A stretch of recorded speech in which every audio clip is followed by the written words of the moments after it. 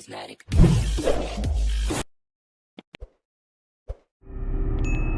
Karibu tena Maira Online TV, mimi ni Tumaini Sekadodo. Kabla hatujaendelea, usisahau kusubscribe, kulike, kushare na kuacha komenti yako ili kuendelea kupata habari za michezo kwa wakati na kwa uhakika. Leo tunaangazia taarifa kutoka England ambapo kocha wa Chelsea Liam Rosenell amezungumza ratiba ngumu ya mechi na mpango wa kuzungusha kikosi chake msimu huu. Kocha mkuu wa Chelsea Liam Rosenell amesema wachezaji wake tayari wamezoea presha ya ratiba ngumu ya mechi, huku akidokeza kuwa ataendelea kufanya mabadiliko ya kikosi katika wiki zijazo.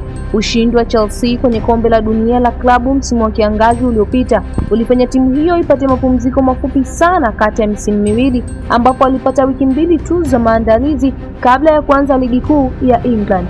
Mnamo mwezi Agosti, Chelsea ilionekana kuchoka kimwili, haswa kwa wachezaji waliocheza Euro 2024 na Copa America, ambapo hawajapata mapumziko ya kutosha tangu kiangazi cha mwaka 2023.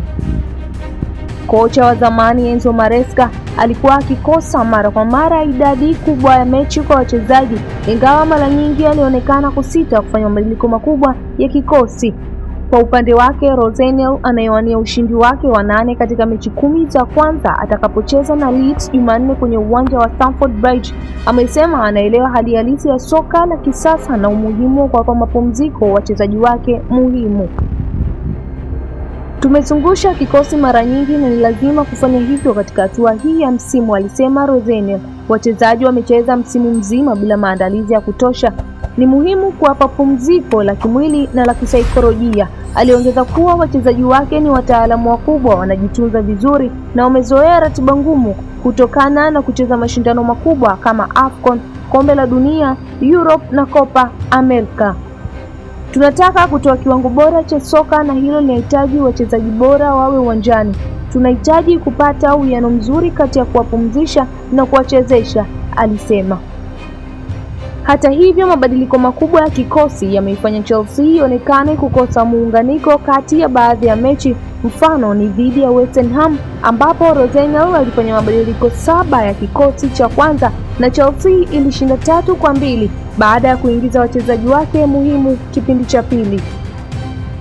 Wachezaji muhimu kama Cole Palmer na Reece James wamekuwa wakipumzishwa mara kwa mara kutokana na majeraha ya muda mrefu. Palmer yuko tayari kucheza dhidi ya Leeds baada ya kufunga hat-trick dhidi ya Wolves, huku hali ya James ikiendelea kufuatiliwa baada ya kuugua.